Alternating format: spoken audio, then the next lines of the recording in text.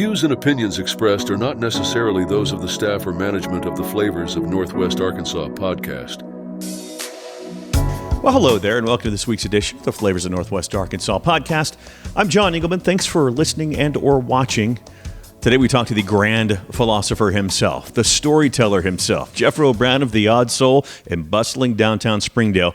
But before we talk to Jeffro, Rewired Fest is coming to the Momentary tomorrow and will be in Rogers and Fayetteville through the weekend. If you're not familiar, it is a gaming and creator experience. They have some pretty big influencers coming to this event, including celebrity chef Nick DiGiovanni. How about this? Executive Chef Micah Klasky at the Hive is doing a collaboration with Chef Nick. You can come in, you can get an app and a beverage. So that's going to be a small serving of roasted garlic arancini. It was served with a calabria and aioli, a little bit of fresh grated parm over the top. And then we've got a cocktail that goes with that. Got a little bit of heat in it called the Amalfi meets Oaxaca. So it is, it's like a flavorful, sort of fruity play on a margarita. A little bit of salt on the rim. Osmo, and a little bit of calabria oil in there, give it a little bit of heat. So it's got a little bit of kick, which we like to think balances really well with the creamy nature of that arancini. You can find out more at rewiredfest.com. There are still a few seats remaining for the Cobblestone Farms Cultivating Community Dinner tomorrow night. It is their biggest fundraiser of the year. If you're not familiar with what Cobblestone Farms does, in a nutshell, they grow food to benefit the food insecure in our area. And how about this lineup? Chef Elliot Hunt from Atlas, Darwin Beyer from Meiji, Will Mock from Bistro 16, and Sam Walker from Gaskins on Emma. Those are your chefs. Get your tickets now at cobblstonefarms.org. Saturday was jumping at the World Champion Squirrel Cookoff. 40 teams competed for the cook-off competition. They handed out samples and made their plates for the judges. And that wasn't it. Plenty of family-friendly activities going on there as well. The competitions were not limited to just the dishes, as they had the squirrel cleaning competition and the hottest squirrel eating competition. Clifton Jackson is your 4-time world champ in the squirrel cleaning competition. And congrats to the Frying Squirrel team. It's a local team here in Northwest Arkansas. They won the dish as they prepared a cornbread bowl with squirrel and beans that came with a side of candied bacon green beans and fried potatoes. Had a blast out there. Certainly will be back next year. Stopped into Confident Coffee yesterday and talked with owner Amber Dietrich, who said that they're aiming to open their Fayetteville location on October the 1st. This location will have what their other locations have, but this one will also have beer and wine, grab-and-go food items, and smoothies. This one's going to get popular quickly. A Russellville favorite will be opening in Fayetteville soon. Daddy Smackin Wings is moving into the spot formerly known as the Hills Hideaway on Watson, just off of Dixon Street. I'm told that their most popular items are peanut butter and jelly wings, Curious George fries, and dessert wings. Very intrigued by those. They will be opening in November. There's a big closure to mention in Fayetteville. We've received confirmation that longtime Chinese food restaurant Formosa will not reopen. The location on College has been sold to a doctor's office. No word on their future plans at this time. Congrats to Ozark Charcuterie and Wine Bar in Fayetteville as they celebrated 1 year this weekend. That was fast. Our buddy Mallory Files owns the spot. And by the way, she's a fun follow on Instagram. She really pulls back the curtain on her business. By the way, it's a fun spot. If you haven't been, check it out. They are underneath the Geisinger in Fayetteville. And congrats to Dixon Street favorite Marley's Pizza. This past weekend was their 11th anniversary. Speaking of quick, sure doesn't seem like that long ago when they opened.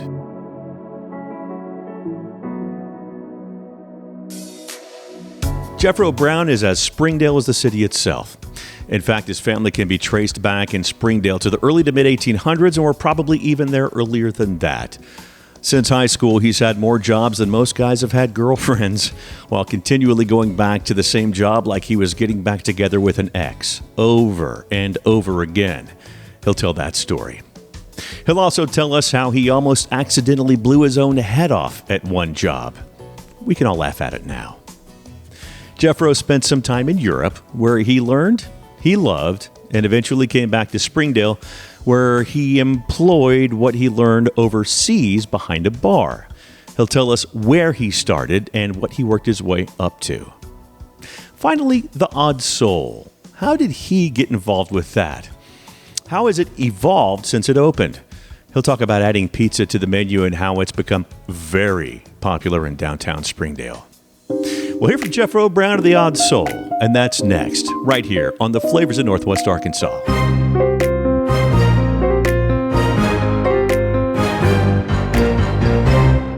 Teachers are dynamic leaders, shaping a new generation.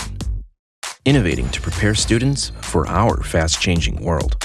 They're skilled experts, discovering a universe of solutions, telling stories, inspiring, mentoring, connecting cultures, leading by example. Teaching is a journey that shapes lives.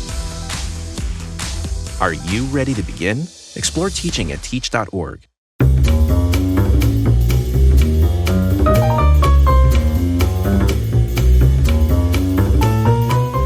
Welcome back. We are at the Odd Soul in historic downtown Springdale, and we are with the unofficial or official mayor of downtown Springdale, Mr. Jeffro Brown, master storyteller, master philosopher, master of downtown Springdale. How are you, sir? I'm doing well. Hey, man. I appreciate your time. Yeah, brother. You know, we've been dancing around this for a long time of doing one of these, and I've interviewed you probably 3 or 4 times on different events, different occasions. So I'm glad we're finally able to do this.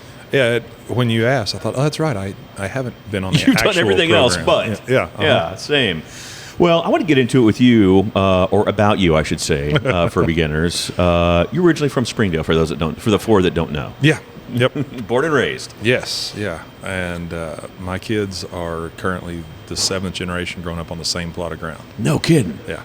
Unbelievable. Yep. That's pretty great. exciting stuff. What year does that go back to? 1856. Seriously. Yep. Oh, we had a family funeral a couple of weeks ago when we were up in the family cemetery. Yeah. And there are 2 graves there. Now the people were interred in like the 1860s, but they were born in 1789 and 1793. So those are my oldest ancestors that are buried here. Goodness. Yeah. And it's just going to be handed down and handed down and handed down. That's the idea. I'm assuming. That's the idea. Unbelievable. I've got a second cousin who does almost all the farming. So our great-grandfather had and expanded the entire farm. And my second cousin runs his grandfather's farm, he runs cattle and bales hay on part of my grandfather's farm and our mutual great-uncle's farm. Wow. How many acres are you on? Let's see. So what's left of my grandfather's is about 80, give or take. The main farm had been about 1,000 in the 40s and 50s. Its largest. And so my cousin Jeremy has, of his grandfather's, a couple hundred acres, and then our great-uncle's descendants are still on 150 or 200 at most. Most of our great-uncle Doss's farm is now the quarry there at Wagon Wheel. Oh. That big hole in the ground. Yeah. Turns out you get mineral rights like a mile down, so arguably it's still the family land. It's just the land that we farmed exists 300 feet in the air in our imaginations. Okay. All right. Perfect. Yep. So, what did you want to be when you were a kid? Farmer. Okay. I wanted to be my grandfather. Okay. Actually, I thought we were doing this yesterday. When you and I were setting this up, we used T words, and you said Thursday, and I read tomorrow. Oh, no. And so it was actually really fitting. I was here getting ready for you yesterday. I had to open the bar anyway, so I was here. And it was 13 years ago yesterday that my grandfather passed away. Oh.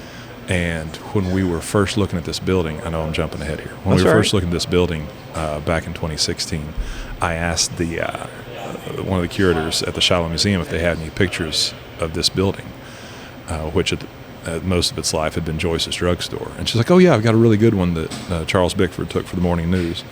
And she got me a copy of this photograph, and it's my grandfather driving past. No way. Yeah. No kid. Is it up in here somewhere? No, it's not. Okay. I don't. At the time, we had other stuff, and I just never did. But you have the copy. I do need to get it up. That's awesome. Yeah. Oh, what a great story. Yeah. Did you ever, growing up, work in any kind of hospitality? I didn't. Okay. Not even. Oh, okay. The closest might be like helping out in the soup kitchen at my church. Well, I mean, but otherwise, no. All right. The church I grew up at, Elmdale Baptist here in town, has a big gym with like an industrial kitchen in it that ostensibly, when it was built in the early 80s, was to do like community dinners and stuff. Sure. And they did, like a couple of years ago when it was just crazy cold, like -20. Oh, yeah. Whatever it got down to. They opened it up as a homeless shelter, and they were using that kitchen then. But used to, like the most use it would see would be during the weeks of vacation Bible school in the summer. And there was a fellow who was a Navy vet who had been in the commissary on a boat, I guess. And he would come in and cook dinner for all the people who were working VBS, and I would help him. So very cool. We'd feed 100 people or How something. old were you then? 13, 14. Oh, okay. Yeah. Yep. Okay, that makes sense. Kind of your introduction, as it were. Sure. Very cool. Well, you did have a lot of jobs growing up. A lot of different kind of jobs. A lot of varying jobs. I was saying to you beforehand, from what I understand, 360-degree realm of jobs. I've tried a lot of things. Yeah. And Which, not necessarily, by the way, I'm kind of jealous of. You know? They weren't necessarily all paying gigs. Yeah. My youth minister was a clever son of a gun, and he would get donations for the church, like for church camp or youth events, by hiring us out as labor, because there was a group of dudes that I ran around with. Like the youngest didn't graduate high school till 2004, and the oldest was like 97, and there were 15 or 20 of us, and we were just always together all the time. Oh, wow. And we would set up concerts. Like I knew how to run soundboards and light boards. Oh, nice. Yeah. Back in the day when you had to climb up a ladder and change light gels one at a time, not just hit a button on an iPad like my stepdaughter gets to do. Or I remember there used to be this group called Adventure Fun USA that would do like big bouncy castles and inflatable things, and they would set up at the Jones Center or at Dogwood Days in Siloam. Oh, yeah. Like they did all kinds of stuff, and they needed teenagers to turn the fans on and take tickets, and we would turn up, and the coolest thing was we got these bright yellow T-shirts. Oh gosh. Nice. I was 17. A bright yellow T-shirt was something to have. You still got it too, right? I don't, but there's a lot of photographs of me in it. Oh, okay. Perfect. Yeah. So, between high school and college, and even into college, a lot of different kinds of jobs. Mainly, like, the main thing I was always involved with was working the farm with my grandfather. Okay. But like I filled fire extinguishers for Tim's Fire and Safety with ABC dry chemical, which is known to cause reproductive cancer in the state of California. So it's fortunate that I was working in Arkansas. What? Yeah. Wait. Let's stop right there.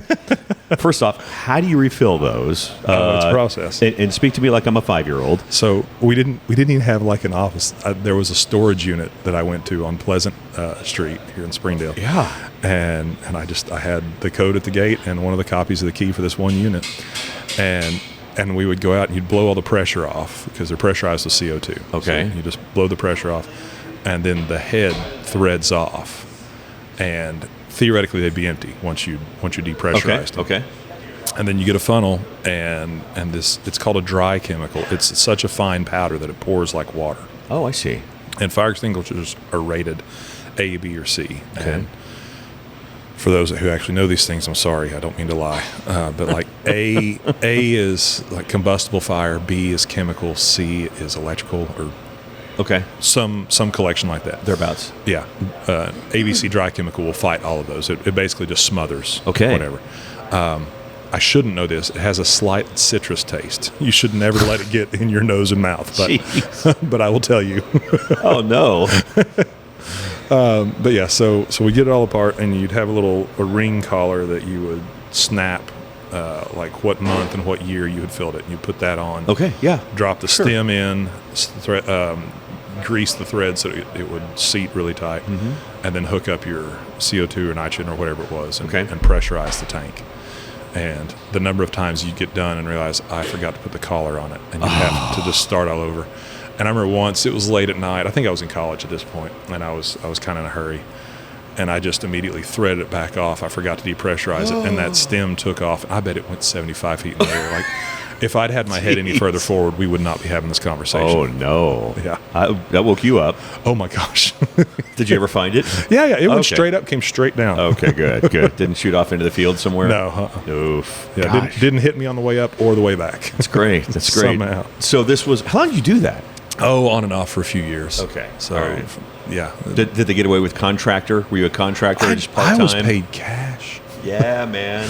That company doesn't exist anymore, I don't think. So okay. I'm not going to get anybody in trouble. But yeah, I think it was like just fistfuls of sweaty cash. I think it was like $3 per fill, and I could do like 20 in an hour on a good day. So that's awesome. Yeah, especially back then. Now, sometimes you'd only have 7 a week to do. Oh, but sometimes there'd be 100. Yeah, you never knew. Oh, amazing! Yep. What a gig! How do you find something? Just through someone you knew, I guess. Yeah, knew a guy. Yeah, knew a guy, right? So you did that. Was that high school into college? Yeah, high school into college. All right. And I worked at a fireworks stand a couple of summers. Sure. There was a couple near my house that rented land from my uncle. Yeah. Real good money. Yeah. And we got free fireworks. Even better. Right.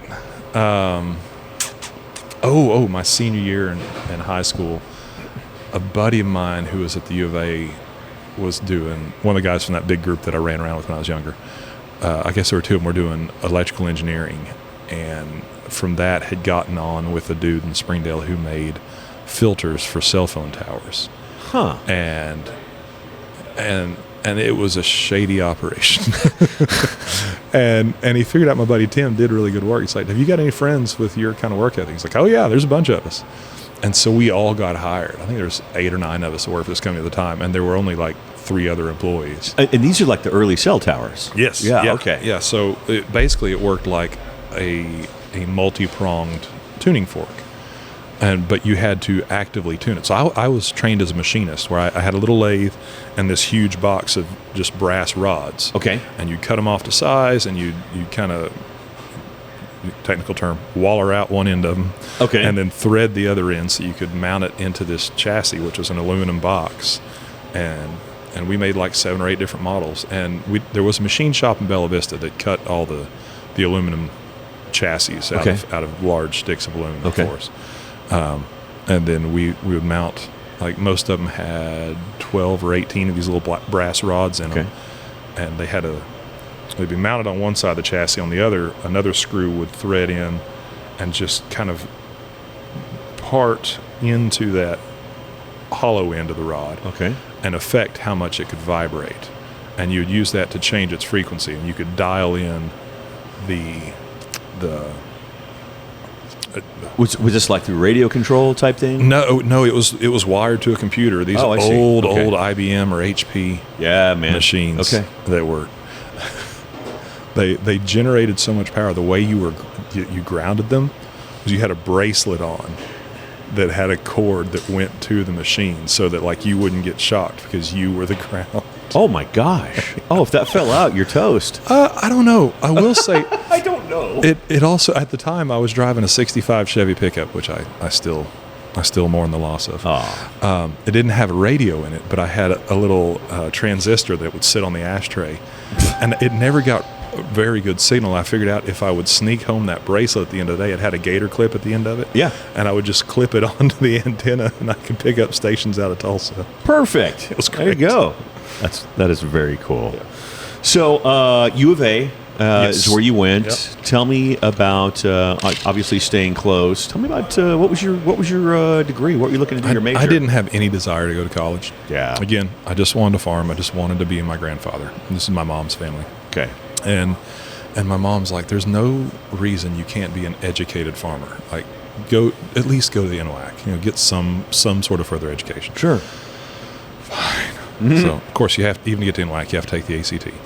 And I did really well on the ACT. Nice. I test well. I don't because I don't care. I don't panic.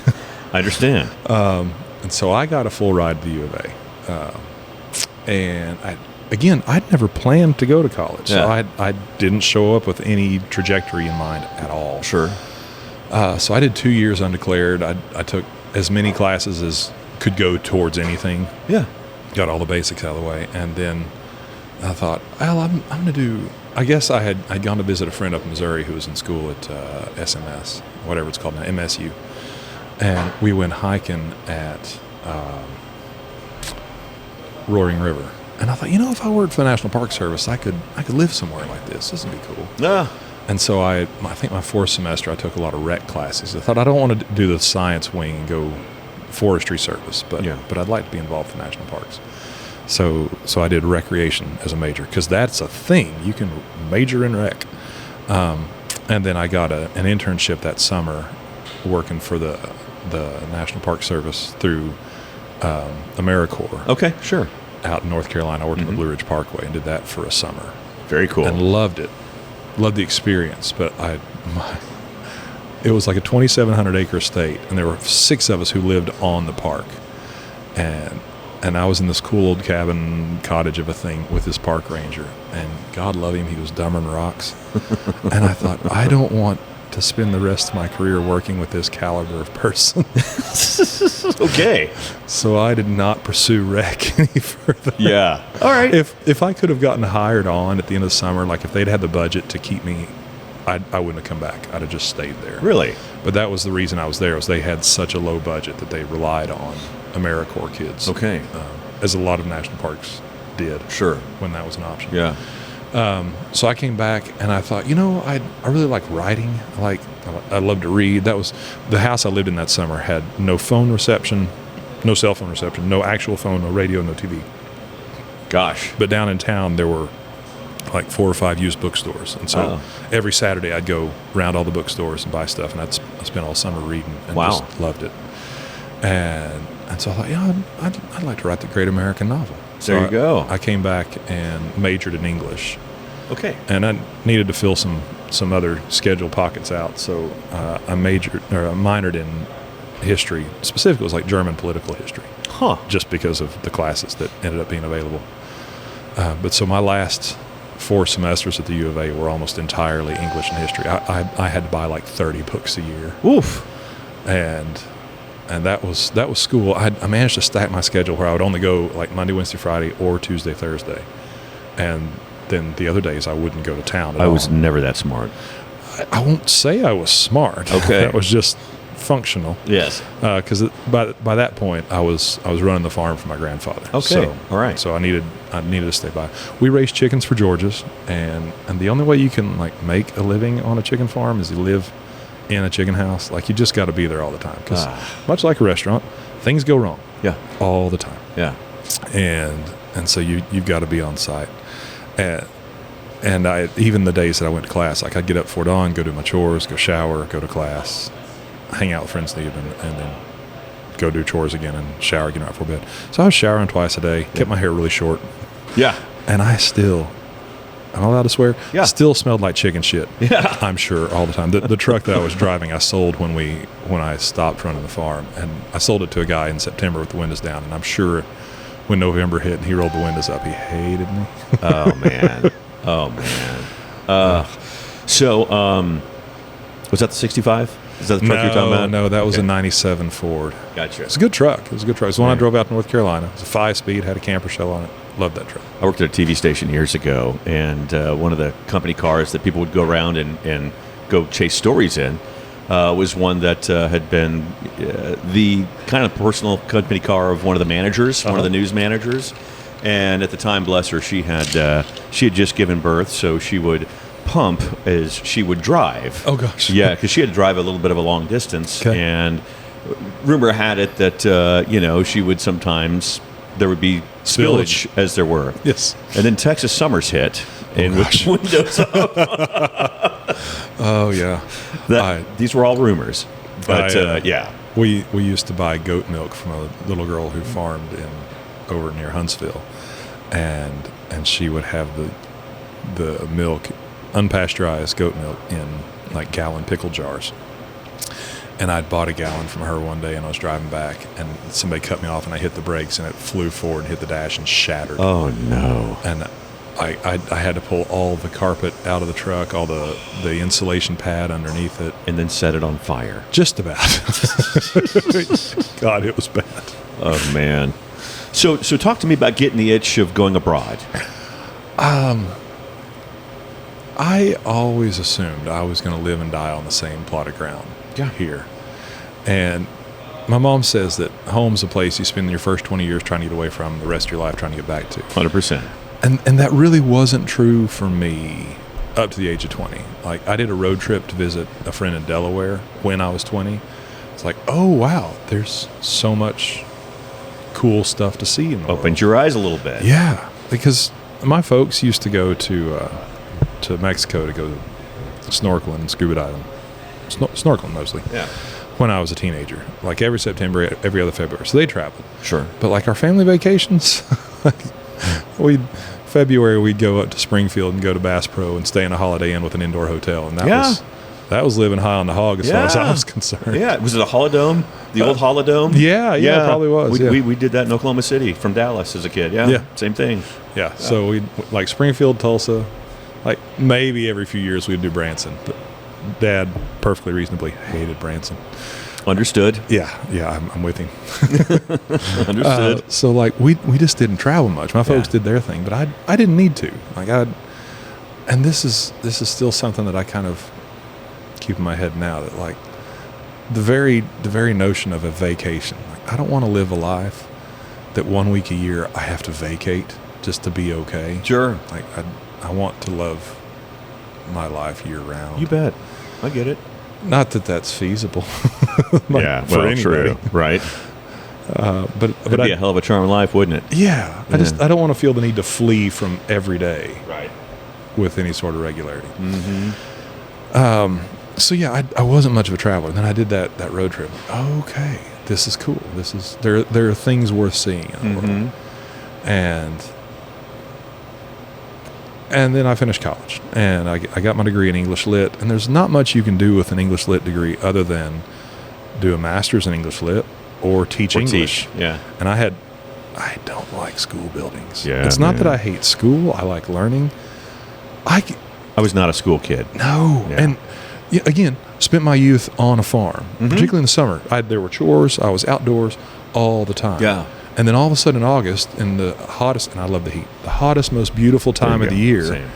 all of a sudden I'm sitting inside a room with fake light, fake cool air, and out the window the world looks beautiful. And I hated it. Yeah. And I would get these awful headaches for the first like 2-3 weeks. Like this time of year, I would just be miserable. And so I sure as heck wasn't going to teach. I did try while I was still in college. From indoors? Yeah. The fluorescent lighting and kidding, and recycled air. Oh, interesting. Yep. Huh.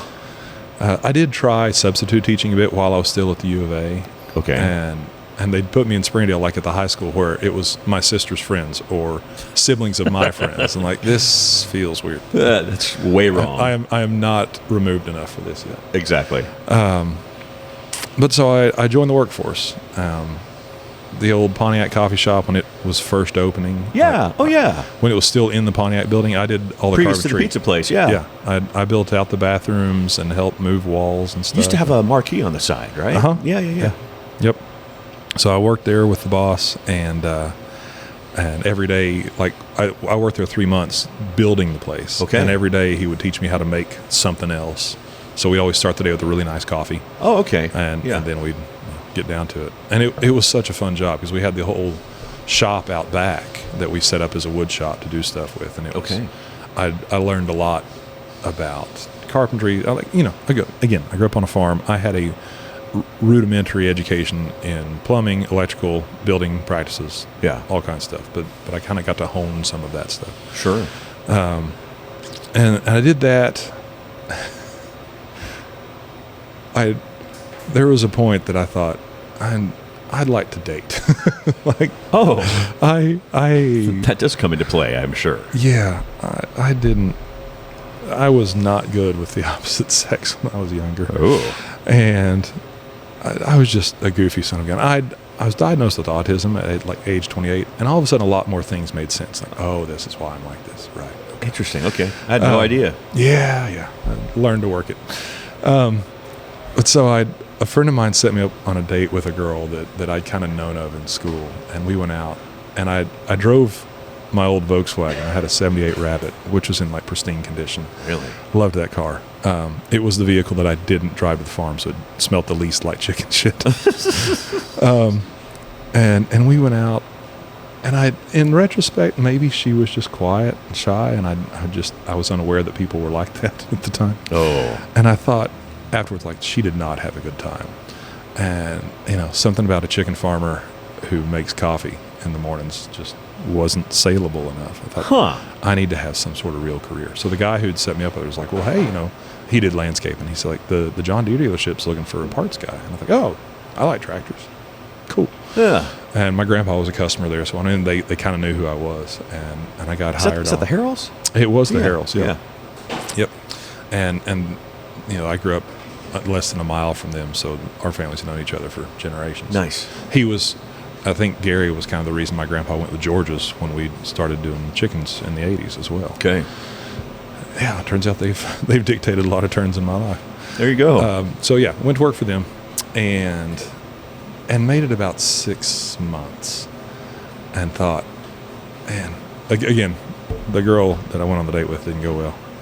And when you spend your whole day just getting parts for crusty old farmers or really angry landscapers, like, there's not a whole lot of scope for romance. And I thought, the girl of my dreams is not going to walk into this building. Like, probably I gotta not. Do something else. And I was 23, 24. Yeah. Working 60 hours a week at this. I'm like, I've got to do something else. And for lack of better ideas, I'll go back to school. I was big into hero mythology at the time and King Arthur. Okay. And I thought, well, I'm going to study King Arthur. I'm going to learn as much as I can. Like, I had maxed out Barnes & Noble in the Springdale library. And so I got to look around the internet, and like, Harvard had a program on King Arthur. There you go. And I did well in school, but I was not going to Harvard or any school in the UK. So I sent some emails out, and this was July of 5. Okay. And one woman from the University of Nottingham wrote back, like, hey, actually, there's another week to apply if you'd like to. And I thought, that's a good idea. Like, I'll apply just to kind of see what the process is like, and then 6 months from now, if I still feel like this, then I'll research. I'll find a school that's really doing what I want. Yeah. And maybe I'll think about it. And, this is at 1 a.m. I was 23. Yeah. Like, I wasn't thinking any sort of long-term anything. But a week, so that was, like I said, I had a week to apply. Yeah. I filled out stuff, and that was last week of July. On August 31st, she emailed back, said, congratulations, you've been accepted. Class starts on October 5th. What? And I'd never been on an airplane. I didn't have a passport. I was in a lease with my cousin, and I had a shit ton of books. Oh, man. So my grandfather Brown kept things. Like, he grew up during the Depression, and he could see value in objects. Sure. He wasn't a hoarder, but understood. But I'm like, man, I'm like, I guess I'm going. I'm trying to figure out where to put all my stuff. He's like, well, you can store stuff in the shed, and he had a shed that was nice enough to be an apartment. Like, it was large. People frequently stopped and asked, is that little house for rent? Like, yeah. No, it's not a house. He had an old deep freeze that had died, and he gutted it and pulled the motor out. And it was the one thing, like, anybody always said, your grandpa should get rid of stuff. My mom was like this. Like, he doesn't need to save that cardboard. And she was right on the cardboard and the coffee cans. But I'd usually take his side. But the freezer was one thing. Like, man, that just takes up so much room in your shed. You should really get rid of it. He's like, oh, it'll come in useful one day. So I'm getting ready to move to England. Like, I need somewhere I can put my books. Like, I'm worried about them getting damp. I need somewhere airtight I could store them. He's like an old freezer. Oh. Yes. Lesson learned. That's great. Yeah. That's where my book stayed while I was overseas. So you have 6 days, never been on an airplane. Yeah. No passport. No, not 6 days, 6 weeks, because it was 6 weeks. August 31st. I had all of September to figure stuff out. I got you. I'm so sorry. Yeah. No, it's okay. Yeah. So I did manage to get it taken care of. So yeah, I managed to get passport sorted out, student visa. The University of Nottingham had something like Craigslist for its master's department, which I was doing as a master's degree. Okay. And so I was able to find somebody with a room for rent through that. Oh, nice. As it happens, it was a room full of students from Mexico, and the house next door, a few doors down, was as well. So I moved to England to study English Lit and learn Spanish. There you go. At the very least, learn what Spanish you scream at an umpire during a football match. Right. But I made it. I got over there. I worked everything out. I made it like weeks in and realized that everybody there had been working to get there for years. They had their plans sorted out. They knew what their dissertation was going to be on. I did creative writing as a degree because you didn't have to write a dissertation. I had to turn in a sheaf full of poetry and a short story, and they gave me a degree. Oh boy. It wasn't much harder than getting the minor in history because I just had to turn up to class. Yeah. Yeah. Golly. So I got over there. Yeah. And they want to know what my dissertation's going to be. I just wanted to learn some stuff. Like I wanted to turn up and be told things by experts. What are dissertations? Right? Just about. Like there was one girl I had a couple of classes with who was Canadian Jewish girl, and her dissertation was going to be the impact on world literature by female Jewish Canadian writers. And I'm like, cool, that's probably a really short list. But that was a studyable object. Okay. She had very defined parameters. That's indeed smart. I had nothing, had no idea. And so that's early on. They ask you what it's going to be. Yeah, it was like week one. I don't know. And so I'm spending the first few weeks just trying to figure out. I even had to change classes a couple of times. I'm trying to build a program. Yeah. And there were just so many fascinating sounding classes. Like, can I just take that? Like history of place names? Can I have that class? Yeah. No. No, I could not. And it just became really obvious. Like, this is not what I actually want to do. Yeah. And I managed to make it in November. My mom came to visit for Thanksgiving, and she said, "How's it going?" I'm like, it's just not. Were you making grades? No, because it was just research. It was just a research program. There was no checkup. I spent a lot of time in the library. Yeah. But we'd rented a car. Mom flew into Manchester, went to pick her up, and we got back to my house, and it turned out we weren't just allowed to park on the street. There was we woke up to 6 parking violations because they checked every hour or something after 5 p.m. Oh no! Yeah. And so I'd already been thinking about leaving. So I'm like, well, let's just do a road trip. So I wrote an email to the dean. Okay. Saying this is, all respect to the University of Nottingham, this is not a path that I'm going to be able to follow. And I think maybe I had written, Mom and I talked about this as we were driving from Manchester Airport. Okay. And so I wrote the email that night as the car was getting ticketed. And basically got my money refunded. And wow. And so we got up the next morning, saw the parking tickets. It's like, well, heck with it. And we went to Stonehenge. Okay. And we did a road trip all around southern UK for about a week. So those tickets are, I'm assuming, still outstanding? Yeah. It's all right. Yeah. Her Majesty's, well, now His Majesty's Revenue and Customs will find you. Oh, good. When, yeah. Anyway. Wonderful. So Stonehenge. Yeah. So went around for a couple of weeks. Mom went home, and then she's like, "You've got your money back." Well, it was their money. Yeah. Mom and Dad. It was like I was paying a third of a year at a time. So I got tuition money back from the first third. Okay. And she's like, "That's yours. Do what you want with it. You've always wanted to see Scotland, Ireland, do a thing, whatever." Right on. So I'm like, all right, cool. I realize that is a privileged position to speak from. Sure, of course. But also, I made the most of it. Excellent. So I went backpacking all around Europe. I got on a package tour out of London with a bunch of Australians, and we spent 3 weeks doing Western Europe. Awesome. Yeah. And basically went till I ran out of money. Okay. And arguably got a far better or more practical education than I had gone. Oh, there's no question. Yeah. Yeah. So that's the kitchen repair occurring. Little kitchen repair. Yeah. So I went till I ran out of money. Yeah. And came home. and went back out to visit my old boss at John Deere. Okay, yeah. And he was really busy, and my shirts were still hanging on the back of the door. So I just put one on, and I thought if I can help him for a minute, then he can have 10 minutes so we can catch up. Right. And then I just started collecting a paycheck, and all of a sudden 9 months had passed. I'm like, crap, I'm doing this again. This is the thing I left. Yeah. So like, I'm the takeoff guy. And he said, okay. And I went back to Europe and just went backpacking again. Nice. On my own. And on your own? Yeah. You didn't get with a group or anything? Mm-hmm. Or okay. I did one little tour around Ireland, but basically I'd met enough people. Okay, yeah. And had figured out how to get around. How to do it? Well enough. Okay. Yeah. At one point I was somewhere in Italy.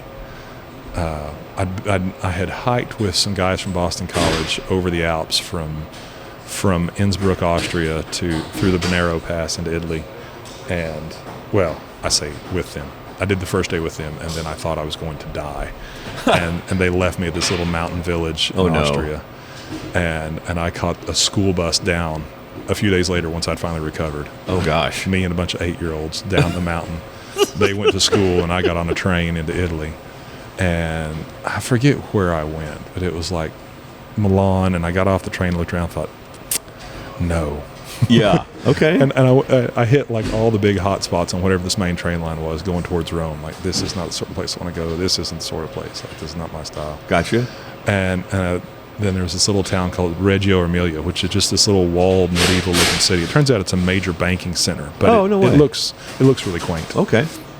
And so I went there. I'm like, well, I'll hold out here for a few days. We'll see what happens. And I think I had to get to Parma. I had an airline ticket out of Parma. Okay. Like a week later, and I was in a park one day. I had very little money. I was staying at a monastery because it was like €1 a night or something. Yeah. But there was no food included. I think there was tea in the morning. All right. Yeah, tea and a biscuit to get you started. And so I was hanging out in this park that had this really cool little miniature train that kids could ride on through it. And there's this beautiful tree. I think they call it like a monkey tail tree or something. It has these big limbs on it. Okay. And I thought, I'm going to climb up in that tree and just watch the afternoon go by. Okay. And I go to jump up in the tree, and my phone is in my pocket, and it's shattered. Oh, no. Oh, that's a problem. So I've got 4 days. I have 20 euros. And I've got, half of those have to go to getting me to Parma so I can fly out of here. And with my phone dead, I couldn't access any of my bank stuff. Incidentally, my bank was a UK-based bank, but their customer service thing was set up out of Scotland. So anytime I would call it, I would have to try to fake a Scottish accent so I could be understood by the voice recording thing. Oh, that's hilarious. Yeah, it never went well. I'd be on like an airport shuttle somewhere. It's like, guy the new.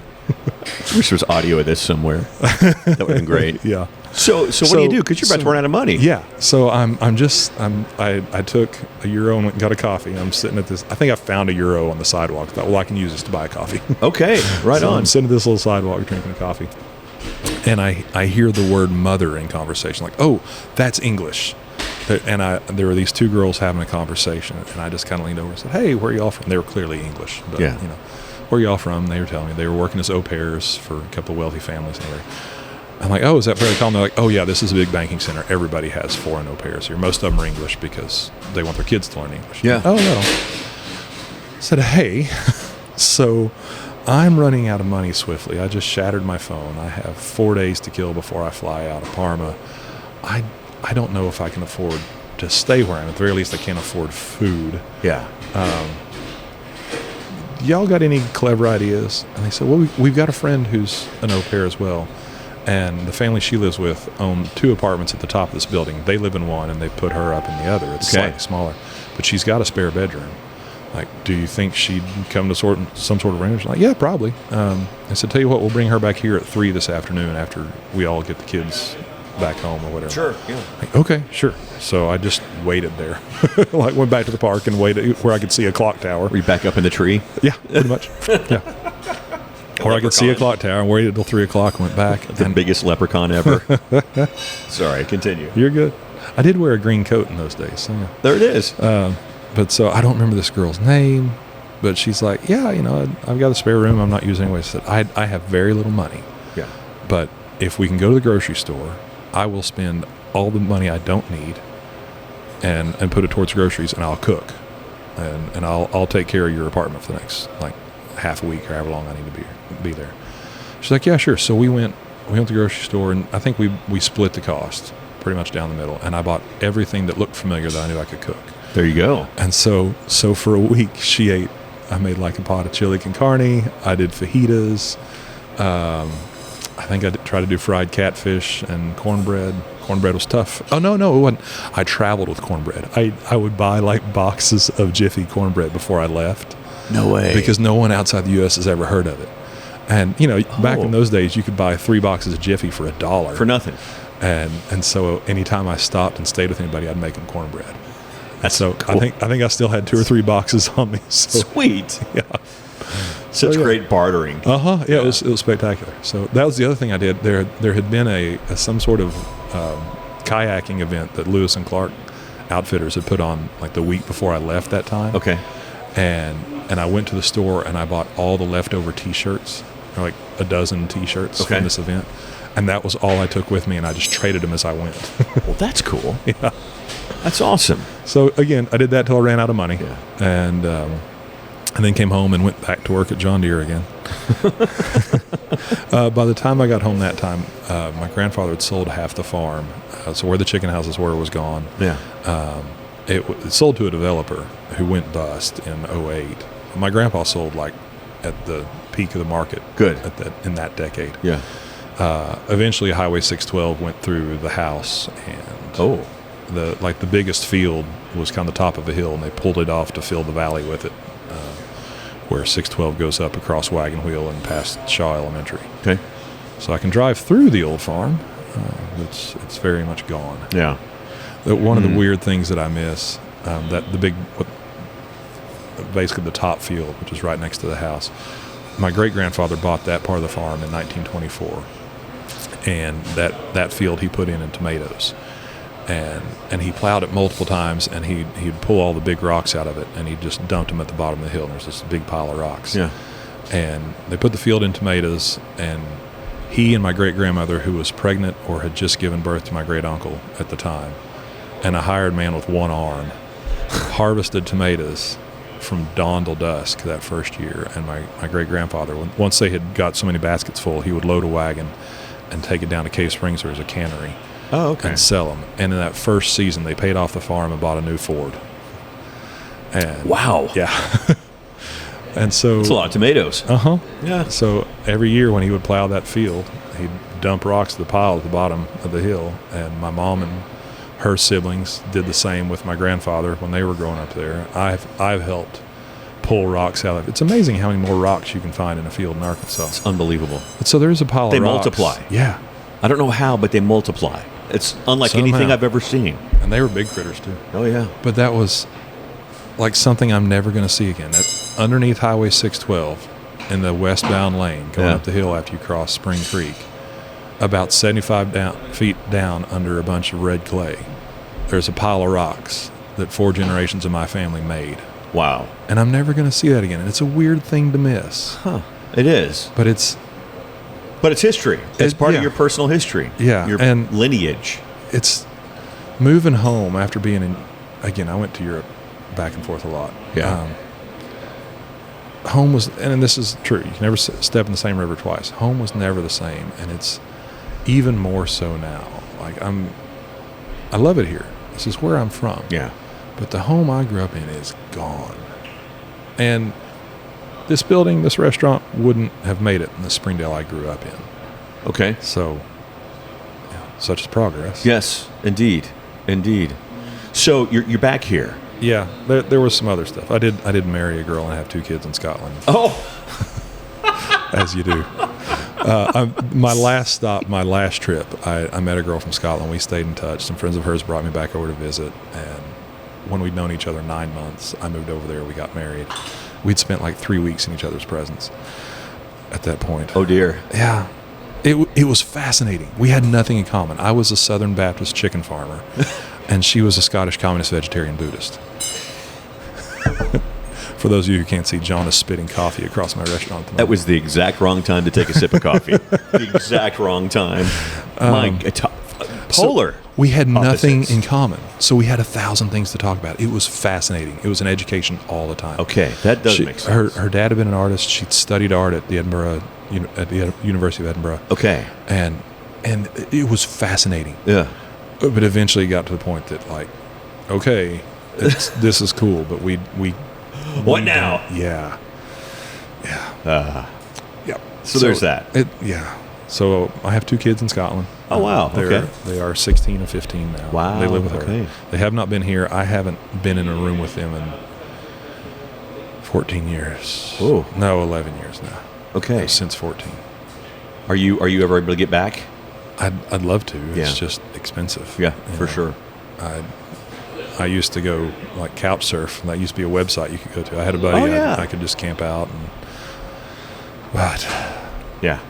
The last time I went, I sold a spare truck, and the spare truck I have now is not enough to pay for. Understood. As people are banging away in repairs, as we do this podcast right next to it. Yeah. Interesting. So I was in school 05, and then backpacking into 06, and then backpacking again late 06, early 07, and then I lived there from 7 to July of 11. Okay. So I've been home now for just over 14 years. Okay. I didn't know you were over there that long. Yeah. Okay. Yeah. Most of my 20s. Okay. Most of my 20s. And you, speaking of all the jobs, were you? Is that where you started tending bar? Yes. Okay. I will say the summer I was in North Carolina working out there on the Park Service. Sure. I did work for a while as a busboy at a place called the Best Cellar. Okay. Cellar as in wine. And that was the first place I ever tried calamari. It was a fancy restaurant. It was kind of like Bienvenue. Yeah. And I went to clear a table, and somebody ordered calamari just to see what it was like, and they'd eaten one and freaked out at the texture. And so I carried this plate back to the kitchen, just garden, and everybody's like, "Ooh, calamari!" I'm like, "No, this is mine." Yeah. Wait staff was allowed all the bread and soup of the day they could eat, and so that was actually after my stint with the Park Service had ended, and I was just kind of living in a hotel. I just lived it out in North Carolina. I stayed out there till I skipped a semester. Okay. And stayed out there till Christmas, and that was how I lived. I live on bread and soup and whatever was sitting back to the kitchen. Well, I bet you lost weight. I maintained. Man, back when I worked at a bar and grill in college, we got a free meal a shift, basically, and it was burgers and fries and the whole thing. I was bloated and pasty. Oh my gosh. We've started buying things here like fish fillets or something just to have something that's not pizza. Yeah.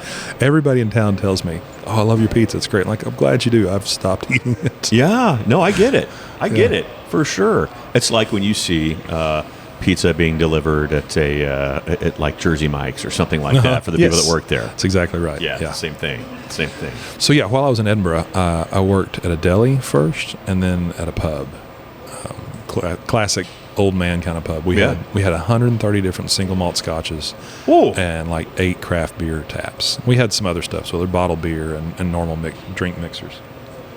But yeah, that's where I got really spoiled on scotch. In Scotland, if you turn a bottle upside down and there's not enough liquid to go from the cork to the shoulder of the bottle, you're not allowed to sell it because you can only sell 1 dram exactly at a time.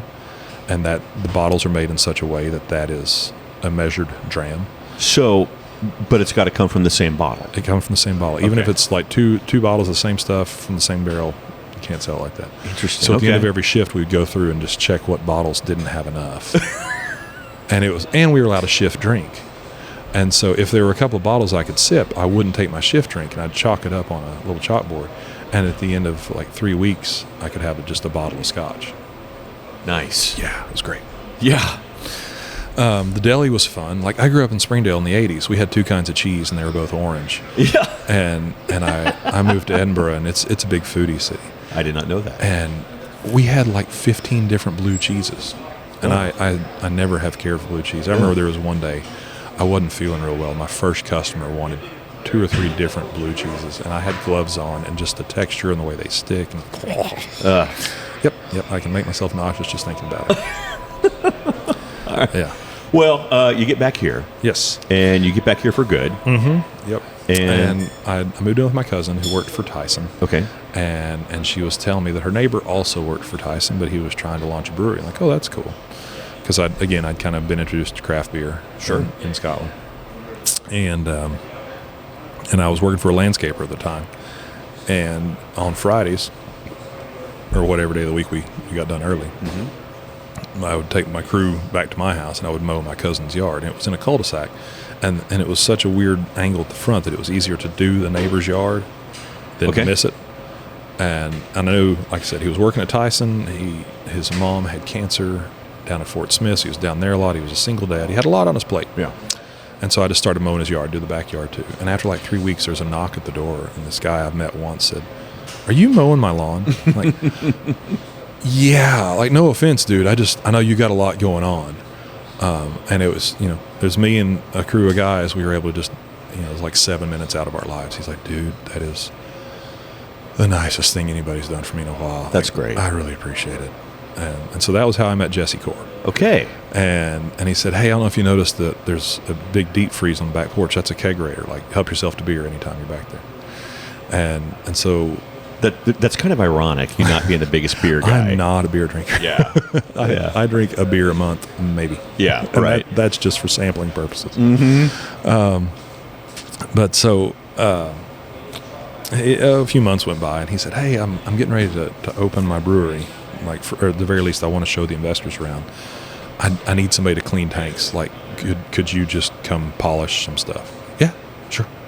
So I went in, and I was working all through the night, polishing all this stainless steel, and then he was having this big investor day, and his uncle was kind of bartending, giving out samples, and it was overrun. There was like a 2-hour-long line for beer. Oh.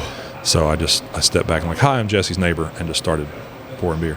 At the end of it, Jesse's like, "Well, I guess I'm going to have a tap room. Do you want to be a bartender?" "Yep." I guess. There it is. So I'd work through the day at John Deere, and then, by then I was back at John Deere. Okay. I worked for John Deere like 7 different times. Good gosh, I was going to ask. Yeah. Apparently I was a reasonable worker because they knew I wasn't going to last.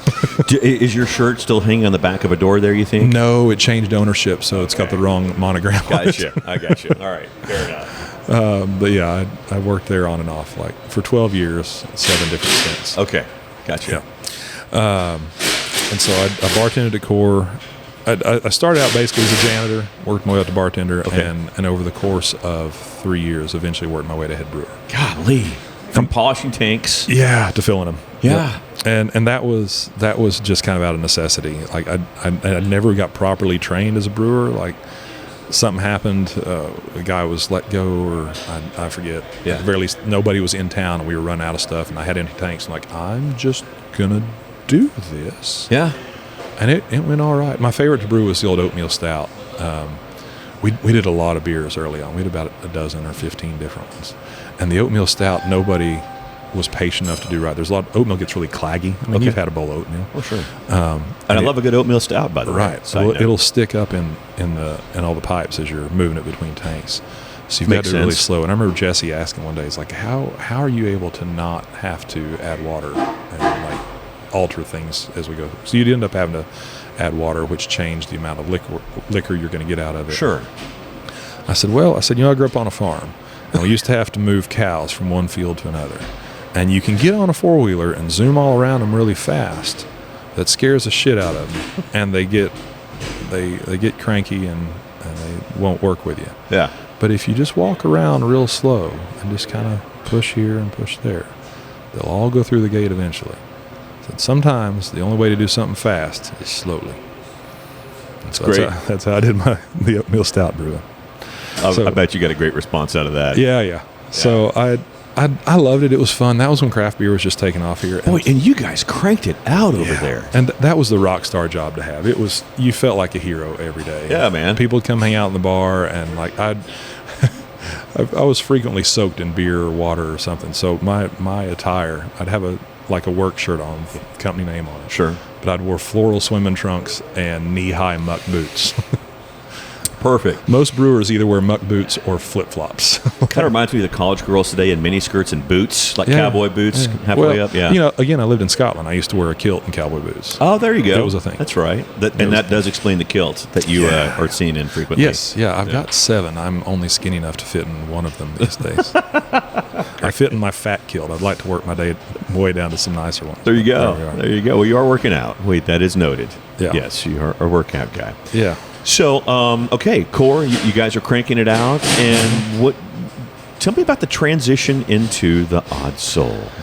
Well, I was putting in long hours. Like I worked some weeks I would work 80 hours at Core. That's insane. I had at one point we hired a guy who I'd grown up with, and we never wanted to like admit that we were tired. Like we had an unhealthy competition. Trying to outdo the other. Yeah. So like there were weeks that we would clock in Wednesday morning and like we'd be low on product that needed to get out the door. And, I ran the canning machine, the bottling machine. Okay.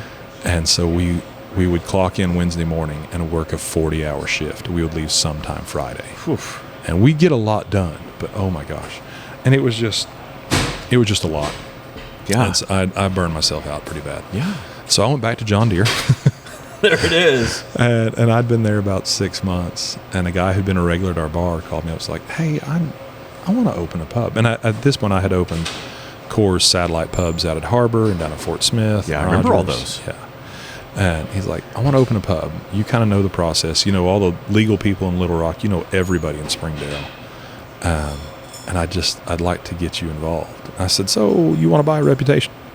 You go. He said, "Yeah, I do." I said, "That's all I have to give. I have no money. I can't invest in any way. Yeah. But he said, I just need a face for the place. Like, I can do that.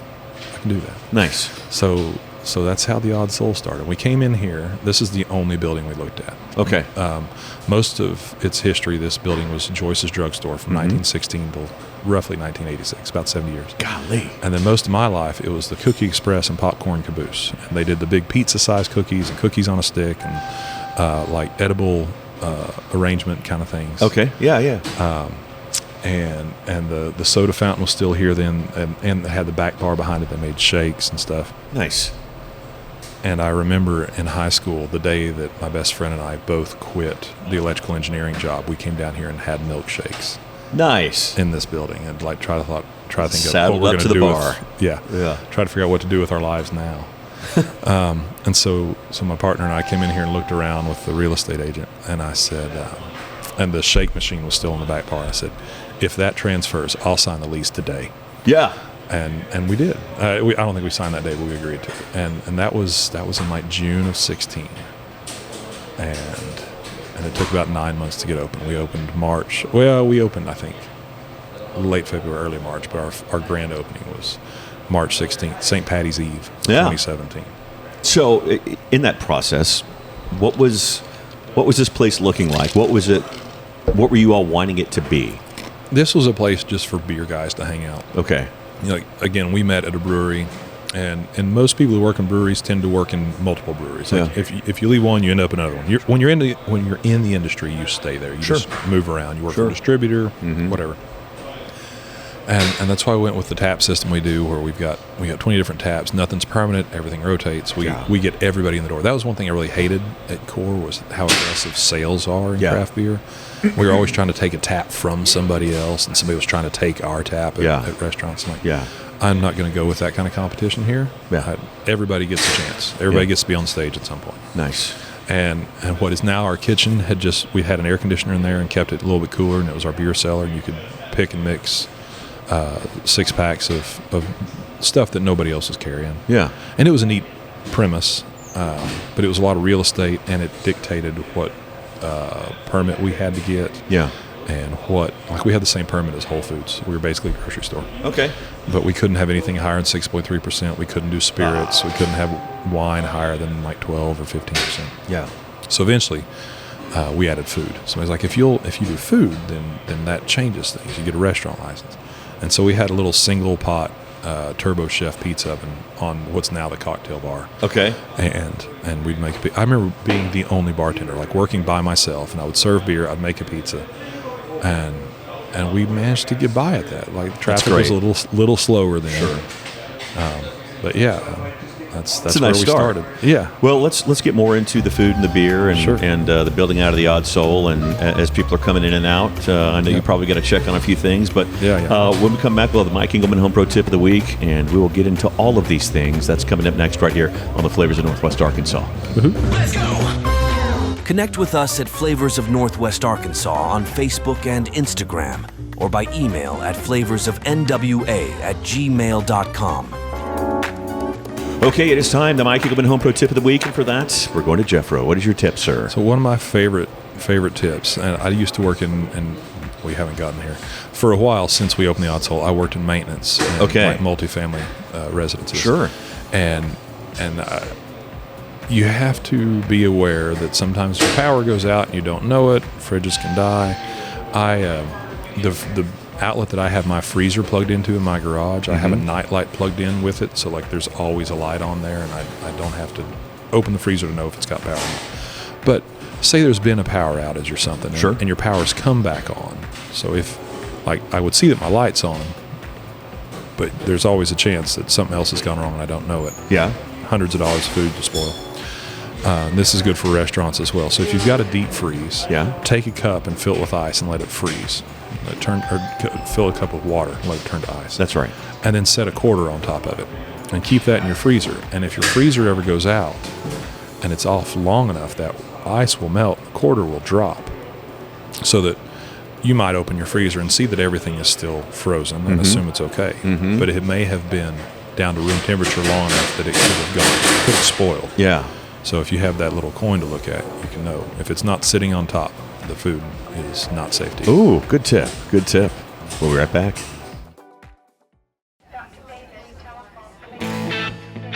Your story doesn't have to end. As an organ donor, the good in you can live on. In fact, you can save up to 8 lives through organ donation. Sign up to give the gift of life after you're gone. You'll be happy you did. Just maybe, someone else will too. Sign up online today as an organ, eye, and tissue donor at organdonor.gov. It saves lives.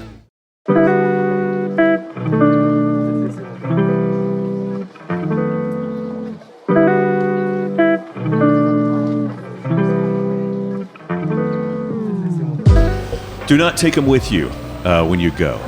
Be an organ donor. Organdonor.gov is the place to be. Upon your untimely demise, you will have organs that can be used by others that are in need, that are on the list or eventually will be on the waiting list for organ donation. Organdonor.gov is the place to go. It takes 5 minutes to fill that out. If you're from Texas or you do it in Arkansas or Texas, each takes 5 minutes. The other states, I don't know how long it is, but I'm sure it's probably not much longer. Organdonor.gov is the place to go. You can also do it from the health app on your iPhone, and you can also do it at the DMV or the Department of Finance here in Arkansas. When you go there to renew your license, just tell them you're an organ donor, and they will put it on there, and that's how you do it. Thank you so much, as always. And we are back. Jeffro Brown, the Odd Soul. We are talking food now, and we are talking beverage now. But before we get to that, the name Odd Soul, I haven't asked you that. Where did the name come from? It's a Mute Math song that my original business partner was a big fan of. Okay. And it has gone from being the bar's name to being the bar's calling card, I guess. I think that's fair. We attract our own. Indeed. I think it's fair. I think it's great. Yeah. You guys opened in 2017. Correct. I know we had talked about, finding this place, making this your place, as it were. A lot of evolution since that point to today. Yeah, for sure. Tell me a little bit about that. Well, like I said, it was just beer for starters. Yeah. And then when the beer cave, kind of beer cellar, didn't really pay its way, so it was a lot of real estate. Sure. We turned it into an arcade. We had some vintage games back there. Heck yeah, which ones? Oh gosh, I remember Galaga was the big one, Mrs. Pac-Man. I don't know, we had 8 or 10, but I don't think we ever managed to keep 4 or 5 running. I was about to say, those things, especially with that old, it's kind of like the Odd Soul, keeping it going stuff. Yes. Yeah, always something broken. Right. And we had a pool table. Excellent. In fact, Google still shows us as a pool hall. We haven't had a pool table since like 2019, 2020. Certainly, by the time we came back from COVID, it was gone. Okay, good. We just needed more seating and more kitchen space. Again, real estate has been the issue. So, we went in for food, and we had our little single burner pizza oven, and we were using frozen dough. And my guy Nick said, if we were making our own dough, it'd be cheaper we can make more, and it could be better. So we decided to make our own dough, and that meant, okay, well, let's actually set up a kitchen. And we leaned hard on the pizza, and that was in like summer of 2019. Okay. And so we were already kind of being known as, oh yeah, that pizza or that beer bar that has surprisingly good pizza. Really good pizza. And we just had a little conveyor oven that we'd run it through. Yeah. And it was better than the single shot, which broke a lot. Sure. Eventually we owned two of the dang things because we'd have one working and one in for repairs. And sure. Just trading them back and forth all the time. I think there was 1 week we had two at once. And didn't know what to do with ourselves. And then when COVID hit, I'm like, okay, well, we've still got to make it as a business. So, right. So we're a pizza place now. And my dad's a retired postal carrier, so he was our driver because he knows sweet. at least a lot of the roads in Springdale. How great. Yeah. And this is when I was doing maintenance. So like I was driving around a plumbing truck dropping off pizzas. Oh, nice.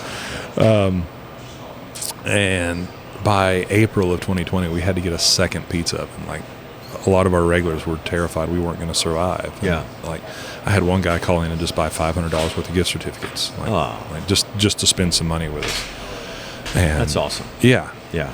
And so we ran the conveyors that got us through COVID and the delivery days. And then when we slowly started opening back up, it kind of became a bottleneck, and those ovens weren't enough to keep up with. So yeah. Summer of 21, we got what we're still using now, a pair of big Blodgett gas ovens. They're 4 decks, so we can cook a lot more, cook it more evenly. There's slates in there that make the dough nice and crispy. Boy, talk about making use of the space. Yeah. Oh, man. Yep.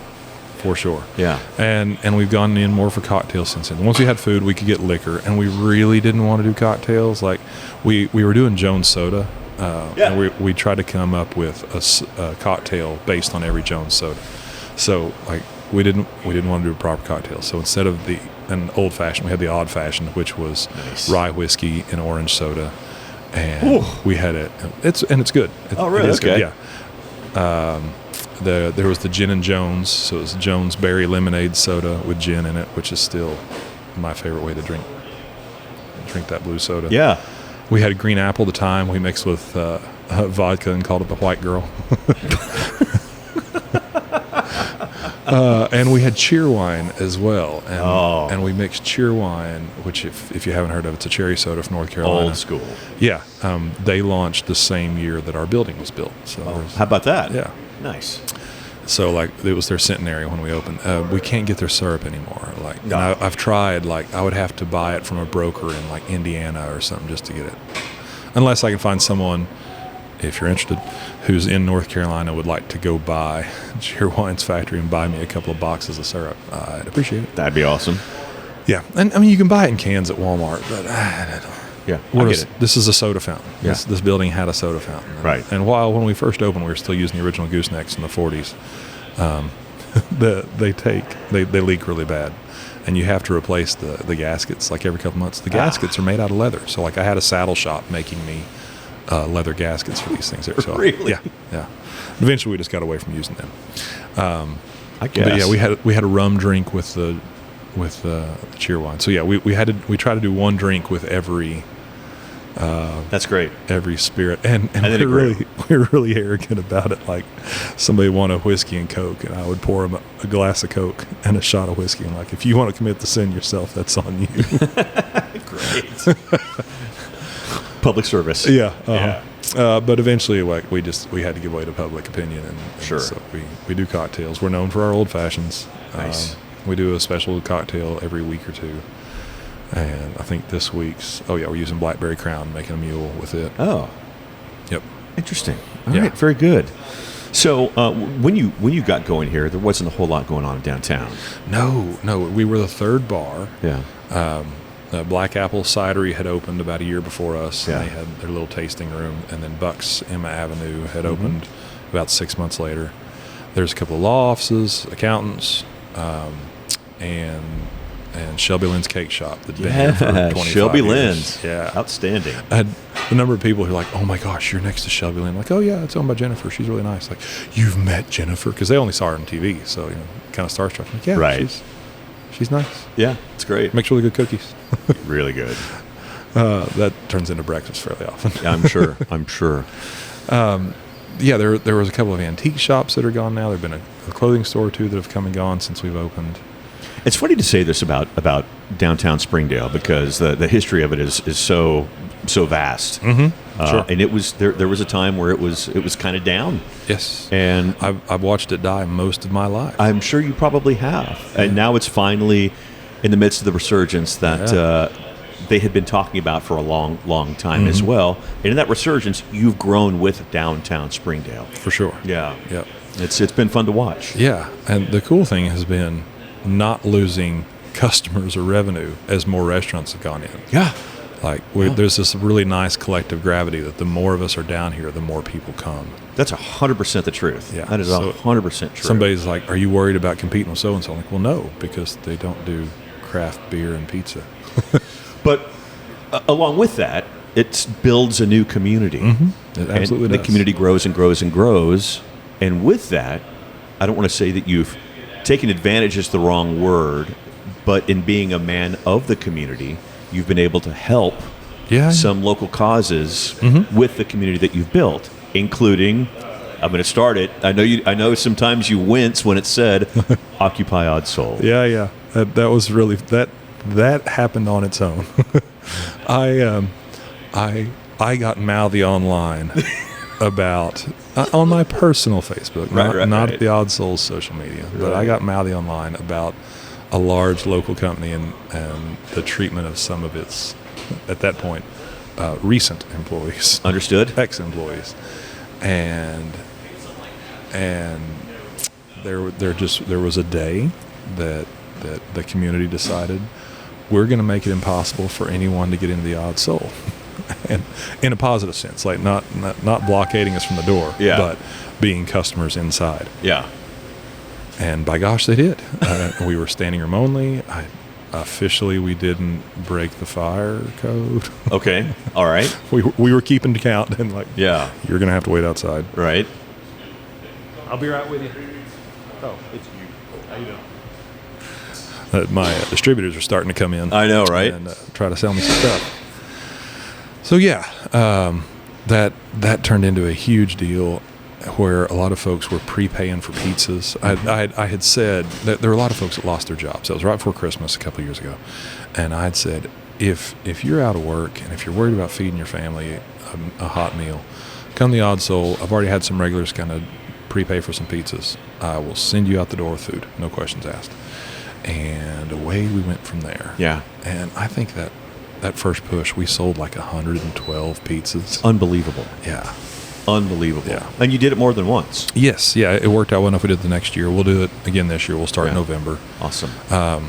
We had so much left over that first time that I forget if we donated food to a kitchen or if we just took the money and did something with it. I forget. Yeah. But the second year that became a thing. It's we're going to use this opportunity to generate money to pay for school lunches. Heck yeah. And because my alma mater, I went to Smith Elementary from kindergarten through 6th when you did go to an elementary school for 7 years. It was $1,400 in November, so 3 months in the school year, $1,400 in unpaid lunch. That's unbelievable, yeah. Yeah. And kids don't need to have to know about that sort of thing. They don't need to think about that. So I said that's what we're going to do, and we ended up raising $4,500. So paid off everything for the rest of the year. We just wrote them a check y'all use this and take care of some kids.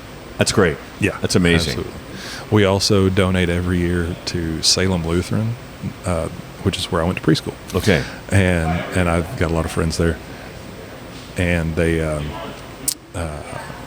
who work there. And they do a silent auction every year to raise some money. So awesome. Yeah. That's great. And then the beard. I got to get into the beard shaving when that happens. So it didn't start as a beard shaving. It started as we do a Santa Paws where we raise money for the animal shelter at Christmas. You can come in and get a picture taken with your dog. Which we've done. The Engelman House has done. Yeah. And the first year I did it, I wore a fake beard. And I have a beard. I didn't want to wear a fake one. It bothered me no end. So the second year I thought, no, I'm going to do this on my own. And so I bleached my beard and my eyebrows. and it was more blonde than white, but it worked. And it looked good, particularly once I had the whole Santa costume on. 100%. But then as it started growing out, like, it looked awful. Like Jeffro and the Amazing Technicolor Dream Beard. Yep. So one of our regulars wanted to do a fundraiser for like cancer research or something where we were going to see which one of us could shave the most off. Oh. And it didn't work out. He had something come up. I think he got sick. And it's like, okay, well, I'm ready to shave this off. So that was when the new homeless shelter at West End and Huntsville was opened up in the old Methodist church. Yeah. And so we just took donations in on I'm going to shave, and that was enough for people to be entertained, and they came in and watched as we took all the facial hair off. It was. And it made for a good video too. Yeah, it did make for a pretty good video. You did, however, finish the job on your own, though. Yes. I did go clean eventually. We just went really short here, but I went clean eventually. It's been a stressful year. Yeah, and I may not have to bleach this time around. I have gone significantly white in the last 9-10 months. Yes. Well, man, I appreciate it very much. Appreciate your time. I know it's kind of been a long one here, and folks are coming in, and everybody's waiting on you. So I'll cut you loose, but I appreciate it, and appreciate you, Joe. Yeah, tip your servers. We'll see you next week, and until then, make it a great one. Bye.